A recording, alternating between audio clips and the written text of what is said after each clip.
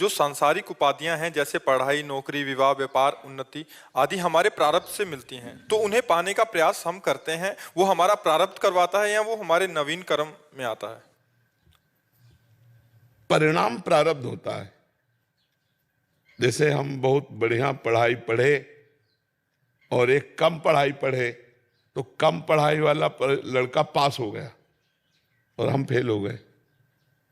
बहुत प्रयास किया लेकिन हम फेल हो गए, अब इसमें प्रारब्ध लागू हो गया।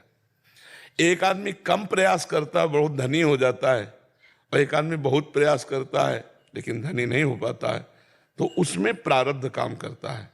हमारा साथ साथ क्रियमाण भी चलता है। प्रारब्ध परिणाम पे आता है। प्रारब्ध जो है वो परिणाम पे आता है। जैसे व्यापार किया और फ्लॉप हो गया, बिल्कुल चला ही नहीं, तो अब प्रारब्ध, प्रयास तो हम कर रहे हैं। और एक आदमी है जिधर हाथ रख देता है विजय ही विजय होती चली जा रही, उसका पूर्व प्रारब्ध जोरदार है, उतना माइंड नहीं है, उतना प्रयास नहीं है, लेकिन लाभ ज्यादा प्राप्त कर रहा है। और एक बहुत माइंडेड है, बहुत प्रयास करता है लेकिन लाभ कुछ नहीं मिल रहा, उसका प्रारब्ध उसमें है। प्रारब्ध खत्म नहीं हो सकता ना सर? भोग के खत्म होता है, भोग के खत्म। अलग अलग पॉइंटों पे वो अपना असर दिखाता रहेगा जब तक हमारा शरीर है। शरीर खत्म, प्रारब्ध खत्म, पर संचित जमा है और क्रियमाण जाके उसी में जमा हो गया, फिर नया प्रारब्ध बनेगा, फिर भोगना पड़ेगा। हाँ, यही तो मिटाना हमारे मानव जीवन में बहुत जरूरी है कि हमको आग लगानी, जो हमारे जन्म जन्मांतरों के कर्म जमा है, संचित कर्म, उनको भस्म करना है। उनको भस्म करने के लिए नवीन कर्म करना पड़ेगा, और वो है भजन। भजन रूपी कर्म के द्वारा ही हम संचित कर्म को भस्म कर सकते हैं, दूसरा कोई ऐसा कर्म नहीं। दान पुण्य, तीर्थयाटन, ये सब पुण्य के अंदर शुभ कर्मों के अंतर्गत आएगा, लेकिन हम राधा राधा राधा, कृष्ण कृष्ण, राम राम, हरि शिव शिव जो नाम जपेंगे, उससे हमारा संचित कर्म भस्म हो जाएगा। सर अगर परहित किया जाए तो इससे कुछ कम हो सकता है? भगवत भावना से, भगवत भावना, मनुष्य समझ के नहीं। मनुष्य समझ के करोगे तो 1 रुपया दोगे 100 रुपया मिल जाएगा, लेकिन भगवान समझ के करोगे तो ये तुम्हारे कर्म संस्कार को भस्म कर देगा। अच्युत भावना विहीन कर्म शुभ और अशुभ, और अच्युत माने भगवान, भगवत भावना युक्त कर्म वही कर्म। जैसे हम विद्या अध्ययन कर रहे हैं और उसको हम मान लें कि ये मेरी भगवान की पूजा है, और 4 घंटे अध्ययन को भगवान को समर्पित कर दिए, वो शुद्ध पूजा बन गई।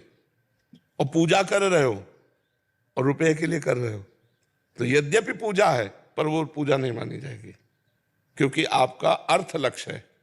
और वो किसानी कर रहा है लेकिन लक्ष्य उसका भगवान है, तो किसानी भी उसकी पूजा हो गई।